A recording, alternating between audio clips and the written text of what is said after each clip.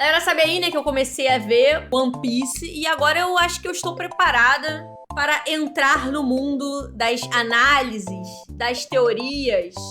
E me recomendaram um vídeo, Tô Narrativando, que eu nunca assisti. Vamos lá, eu vou pausar para comentar o anime.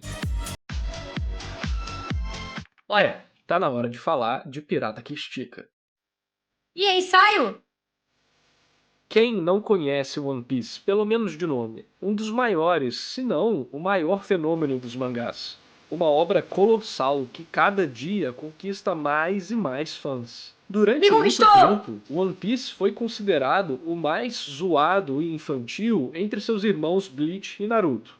Mas foi o único que se manteve crescendo sem parar, One Piece é infantil? tanto em popularidade quanto em qualidade. Quer descobrir como One Piece conta uma história tão boa e popular? Me fala. Eu sou o narrador e nesse vídeo eu vou analisar a narrativa do primeiro arco de One Piece. Vamos deixar algumas coisas claras antes de começar o vídeo, beleza? Hoje eu vou analisar a fundo as técnicas de escrita que o Oda usa pra te prender na história, pra te fazer amar e odiar personagens. E provavelmente no final desse vídeo vocês vão sair daqui admirando mais ainda One Piece. Só que também descobrindo algumas das falhas graves que ele tem nesse primeiro arco. Mas talvez vocês estejam Mas é um anime ou um mangá? Quem que é esse maluco aí que quer analisar a grande obra do gênio Eiichiro Oda? Vai dar carteirada. E essa é uma pergunta muito válida. Vou responder rapidamente. Eu trabalho formalmente com narrativa e game design há 5 anos. E apesar de não ter produzido nada que chegue nem perto do Oda, eu tenho conhecimento teórico e prático de como se fazer. Deu a carteirada. Deu a carteirada. Ó, embora eu não tenha... Quer dizer, eu escrevi algo tão incrível quanto o Oda, o meu RPG de vampiro, Clube do Chá para Damas Imortais aí. Escrevi, dirigi, produzi, editei. Estarei aqui, eu tenho a minha carteirada como streamer, como otaku há 30 anos, 1000 mangás no Animelist, pesquisadora de cinema, de animação e de cultura, historiadora, formada em cinema, entendeu? Eu posso dar meus takes também. Fazer uma história, que adquiri trabalhando em jogos já publicados, estudando eu nasci com o evangelho na mão e atuando no mercado hoje em dia, inclusive como diretor de narrativa e do modo história de um jogo que, eventualmente, vocês descobrirão qual é. Não sei se a empresa deixa eu falar isso agora. Então, mesmo que eu não esteja no nível do Oda, eu sou capaz de apontar os pontos fortes e fracos da escrita dele. Por último, um aviso. Eu nunca li o mangá de One Piece antes. Eu só assisti o anime há mais de 10 anos atrás, e tive sentimentos conflitantes. Então, eu não sei o que acontece depois. Eu tô analisando cada arco como uma experiência autocontida. Que, na verdade, é a maneira correta de se analisar alguma coisa. Não adianta o todo ser bom e os pedaços serem ruins. E esse vídeo só vai analisar o mangá. Esse de One Piece é narrativamente forte. Ponto. Após apresentar a premissa do mundo, logo vemos o Luffy, o nosso protagonista. E olha a boca dele, mano, putz. Eu não vou comentar muito no estilo de arte, porque esse não é o foco do vídeo. Mas isso é bem único, exatamente por ser estranho. E essa é meio que a filosofia do Oda. Ele quer ler e fazer histórias únicas, que só o autor possa criar. Então, ele se manter no seu próprio estilo, no que faz ele se divertir, é, de certa maneira, um tempero pro sucesso de One Piece. A apresentação do Luffy, alto impacto desde o início, deixando bem claro a característica base do personagem, que é a determinação dele. Como o livro Creating Character Arcs nos ensina, não tenha medo de exagerar. Por exemplo, se a característica importante do personagem é ser protetor, não mostre ele ajudando um gatinho ou algo do tipo. Faça ele atravessar uma avenida muito movimentada, quase sendo atropelado, só pra chegar no outro lado e impedir alguém de ficar implicando com outra pessoa mais fraca. E aqui, o Oda faz exatamente isso. E vai além. Ele aplica um dos bordões mais famosos da escrita nesse ponto. Mostre, não diga. Dizer que um personagem é determinado não tem nem 10% do impacto comparado quando a gente vê ele sendo determinado. Na primeira cena do Luffy, já temos a definição da sua determinação. Tudo isso feito de maneira visual e exagerada. Ele vai ser um pirata, e não tem medo de se machucar, enfiando uma faca logo abaixo do olho pra provar o quanto que ele é brabo. Isso já se conecta com o fato do Luffy ser meio delusional. Ele meio que romantiza demais a vida de um pirata. Delusional. Obrigações e tudo mais. Ele parece não entender o que realmente significa esse estilo de vida na prática. E esse capítulo vai dar um gostinho pra ele de como é que é. Ainda nesse capítulo, o autor aplica várias técnicas pra termos empatia com o Luffy. Ele é uma criança inocente, determinada, que defende os amigos, sofre uma zoeira amigável dos piratas, mas infelizmente não tem o que precisa pra seguir os seus sonhos. E então é brutalmente espancado pelos bandidos da montanha. É uma pena que o narrador apareça do nada pra falar que o Luffy percebeu o quanto ele era fraco, sendo que que isso já tava na cara pela cena. O negócio tá realmente muito na cara. Foram páginas e páginas mostrando como o Luffy é incapaz de se tornar um pirata por ser uma criança. Essa repetição de informação e exposição acaba rolando muito mais pra frente. Mas aqui já temos o início dos sintomas desse problema. Mas enfim, todo esse primeiro capítulo faz um pequeno arco de amadurecimento do personagem. E acho que faz um contraste legal do mundo real e do mundo da cabeça do Luffy. Ele acabou de ver um dos seus amigos piratas matar alguém com um tiro na cabeça a queima-roupa. A construção desse momento é bem legal. No início, o clima dos piratas que o nosso protagonista conhece é mais de aventureiros do que de piratas. A maneira com que eles se comportam é bem amigável, fazendo com que o Luffy ache que isso é ser um pirata. Mas no momento que as coisas ficam sérias, eles mostram que não estão pra brincadeira. E que, se necessário, vão tirar... O público-alvo da Jump é o que a editor tá pensando. É como ele cria quadros em movimento. Ele bota balões de fala e personagens organizados de uma maneira que, enquanto você lê, parece que as coisas estão acontecendo sequencialmente. Enfim, com tudo isso, o capítulo de estreia dá todo o contexto que precisamos pra entender quem são os personagens. Curiosamente, nesse contexto, não temos nada sobre a vida do Luffy, de onde ele veio, quem são seus pais, etc. Mas nada nos importa narrativamente no momento. O que precisamos saber é quais são suas vontades, seus medos, cadê o passado o que triste do motiva, Luffy? essas coisas. O resto das informações contextuais ficam subentendidas nas cenas. Provavelmente, ele não tem pais, já que quem se preocupa com ele é o prefeito da cidade e a atendente do bar. Além do resto da cidade ver ele como a criança da vida. Ninguém tem Esse pai aí, né? Tem muito ritmo. Ele tem muitas dicas do que vai acontecer, os famosos foreshadowing, que prepara várias coisas, inclusive a cena de conflito com os bandidos da montanha, apresentando eles inicialmente em uma tretinha com os heróis da história, o que faz você ficar com raiva deles e se sentir bem quando eles se ferram. Todas as sementes que o Oda bota nesse capítulo florescem. O nome do golpe, o Luffy se meter em problemas graças à sua personalidade, e por aí vai. Esse primeiro capítulo é muito bom de fato. Os próximos capítulos só confirmam a habilidade do Oda de nos fazer investir emocionalmente nos personagens, seja positivamente ou negativamente. Por exemplo, a Álvida. É a Álvida mesmo que pronuncia? Eu só li o mangá, então tá difícil de saber. Tudo que acontece gera uma antipatia pelo personagem, e quando o Luffy dá o socão nela, é muito satisfatório. Existem muitas maneiras de fazer um personagem ser odiado, e eu ainda vou fazer um vídeo sobre isso. Mas uma maneira clássica é fazer com que ele faça maldades com pessoas que são consideradas boas pelo leitor. Esse daí... Nossa, teve isso também, né? Tá no incentivo pra eu ver o Jojo, e eu já assisti os 2 primeiros episódios aqui na live.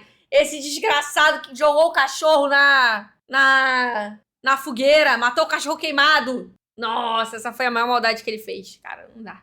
Fora isso daí, né, cara? Pelo amor de Deus. O clichê de fazer um personagem ser odiado é fazer ele machucar um animal, por exemplo. No caso, ela maltrata todos do navio dela, inclusive o Kobe. E esse personagem tem diversos momentos de criação de empatia. Ser maltratado por todos do navio, é o melhor vilão? Não gostar de estar lá, ser ameaçado toda hora e ter um sonho, mas estar completamente amedrontado pra persegui-lo.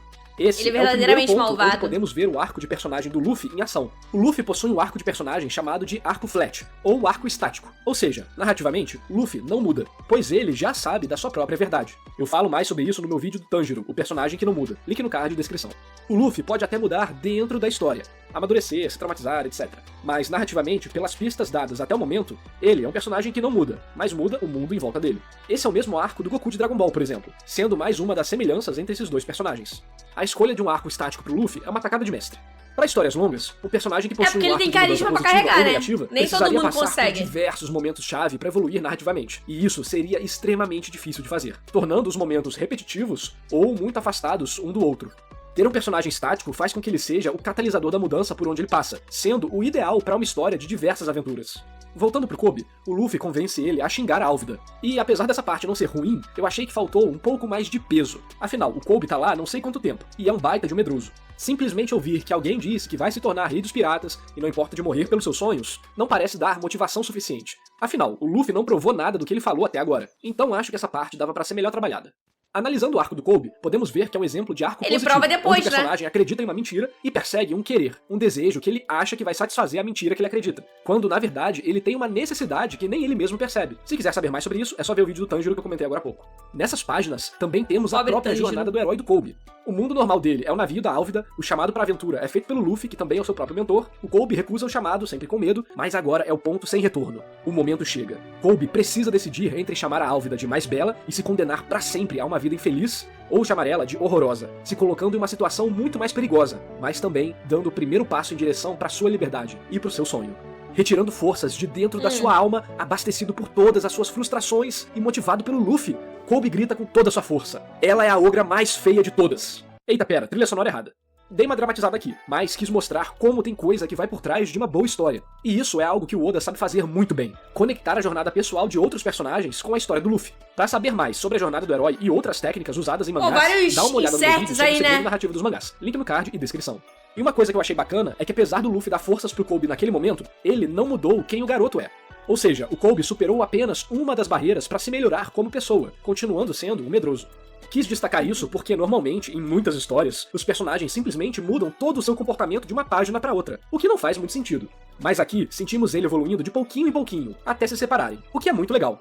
E além do propósito narrativo, a personalidade do Kobe também tem um propósito técnico nesse início da história. Pelo fato de ser muito inseguro, ele sempre faz muitas perguntas retóricas pro Luffy, falando que a Grand Line é muito perigosa e coisas do tipo. Aqui, o Oda faz uma exposição competente, apresentando a informação pros leitores através de um diálogo entre dois personagens, e que faz muito sentido. Pra quem não sabe, exposição é quando um autor precisa explicar algo na história e ele decide fazer isso de maneira direta. Por exemplo, vamos dizer que o narrador... tipo assim, ok, entendi agora. Então, tipo assim, o canal é 100% analisando as estruturas narrativas dentro da história. Diga que um personagem é ótimo em natação. Isso é uma exposição normalmente preguiçosa. A informação está sendo cuspida no leitor. Uma maneira de melhorar isso é fazer com que essa informação apareça através de um diálogo natural entre os personagens. E normalmente o melhor jeito é quando expõe as coisas de maneira indireta. Nesse exemplo, podemos fazer o personagem pular no mar e pegar um peixe, ou nadar tão rápido quanto um tubarão, sei lá. Isso sem nenhuma palavra mostra que o cara é bom de natação. Em toda a obra existe um balanceamento na quantidade de exposições boas e ruins que teremos, e também das informações que serão transmitidas sem a necessidade de exposição. Então, é um trabalho constante para o autor manter esse equilíbrio. Não confundam exposição com explicação. Uma situação pode ser explicada sem nenhuma palavra. Eu acho que tem tanta coisa na cabeça do Oda que volta e meia ele se esquece de algumas coisas. Tipo a porta quebrada no capítulo 1, ou o fato do Kobe ter tomado um tiro no ombro e estar todo ensanguentado e machucado. Então, pelo menos nesse ponto da história, o Oda era humano e errava. Minha teoria é que o Oda já morreu. O Oda envelheceu muito de uma foto pra outra. Que se alimentam do cérebro dele para continuar escrevendo a história.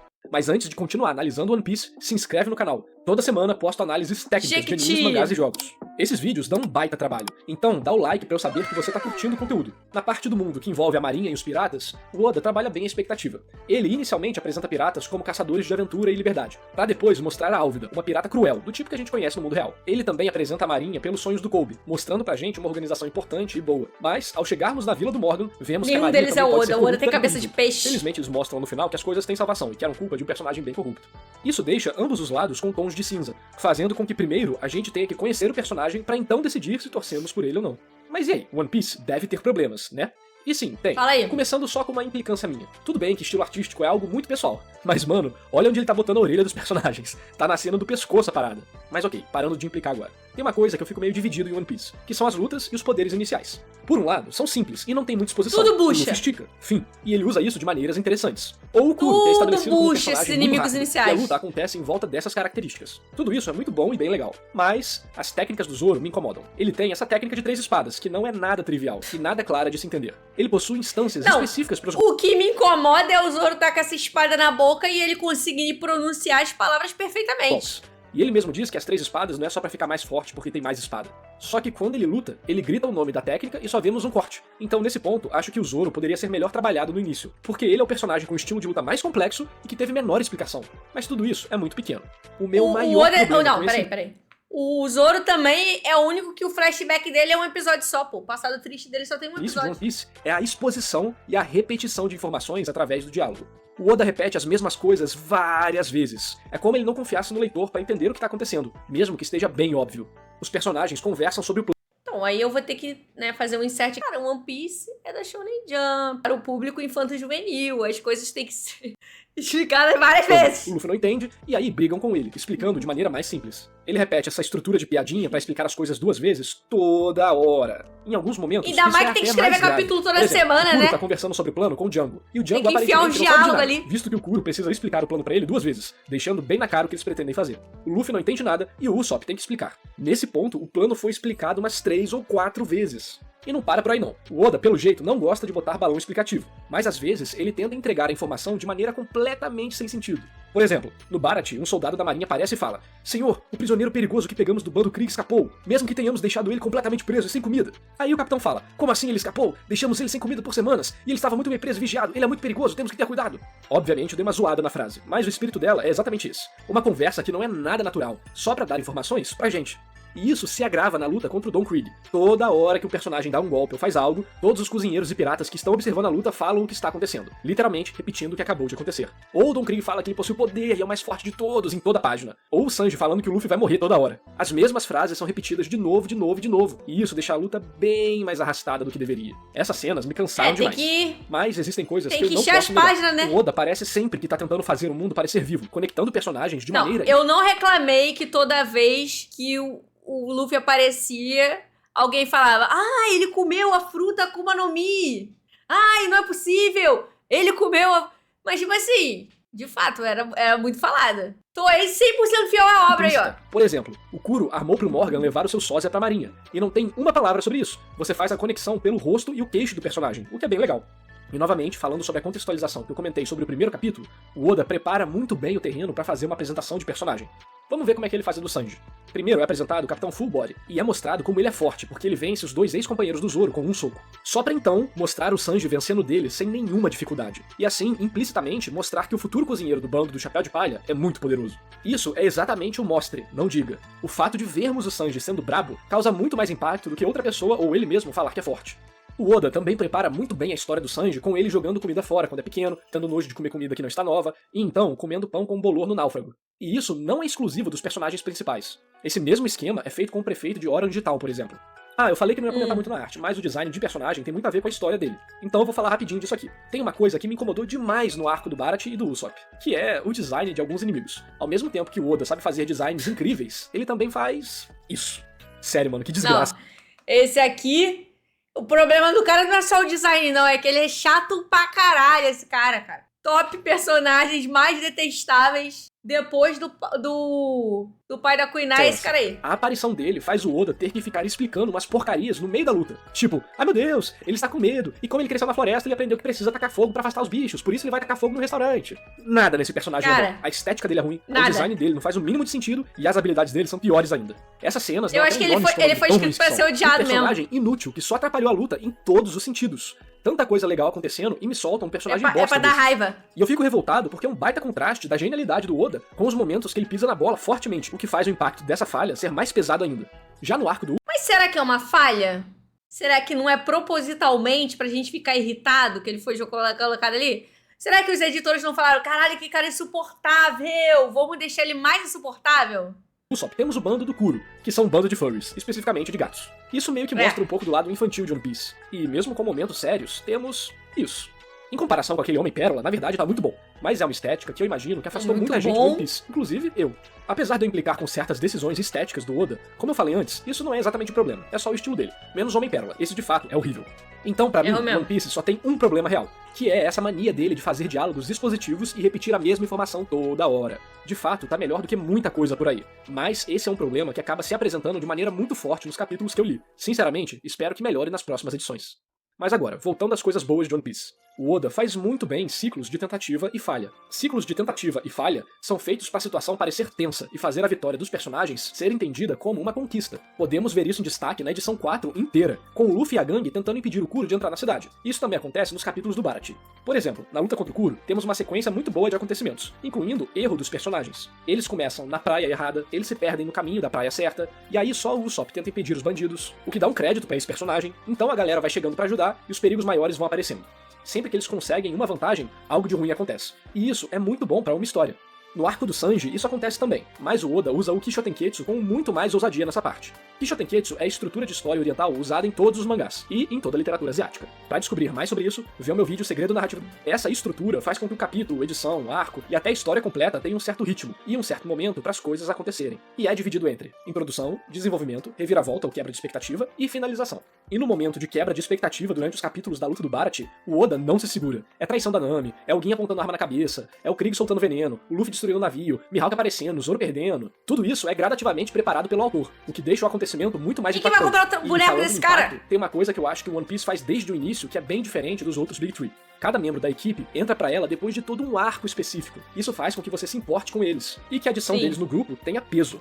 Como você tá lendo todo o processo pra acontecer, é como se você estivesse lá, do lado deles, durante todos esses acontecimentos. Então, o personagem não simplesmente entra pro grupo, ele entra pro seu grupo.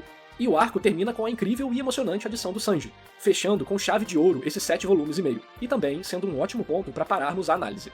Sinceramente, a qualidade da escrita do Oda me surpreendeu. Pra estreia de um mangaka de 22, 23 anos, fazer tudo isso no seu primeiro título publicado, realmente é de cair o queixo. E torna todos os problemas da série mais aceitáveis. E também é muito legal de ver a paixão dele pela história. Ele não tá nem aí pro que os outros pensam do personagem. Ele simplesmente faz o que diverte ele. E essa paixão realmente diferencia ele de outros autores. Curiosamente, a aplicação das técnicas de escrita do Oda me animaram mais. Minhas análises estão enviesadas. A atenção dele aos detalhes narrativos e a dedicação dele de fazer uma introdução de personagem boa, seja um personagem principal ou secundário, é absurda. E como ele conecta tudo isso na história é mais digno de mérito ainda. Só que eu ainda não estou 100% a bordo na aventura. Vamos ver se o próximo arco realmente vai me pegar. Pra você não perder a minha possível conversão pra fã de One Piece, se inscreve no canal. Mas e você? O que você acha do início de One Piece? Você acha que fica bom só lá pro capítulo 900? Não. Eu comecei a assistir One Piece no anime, vi dublado ainda e achei bom desde o episódio 1. Diz aí nos comentários. Por favor. Desde o episódio 1, uma grande aventura não deem divertida. Spoilers, beleza? Não vamos estragar a alegria do amiguinho. Se você quiser um papo personagens cativantes. Incrível, incrível, incrível. Muito obrigada aí pelo vídeo, narrativando, pela análise.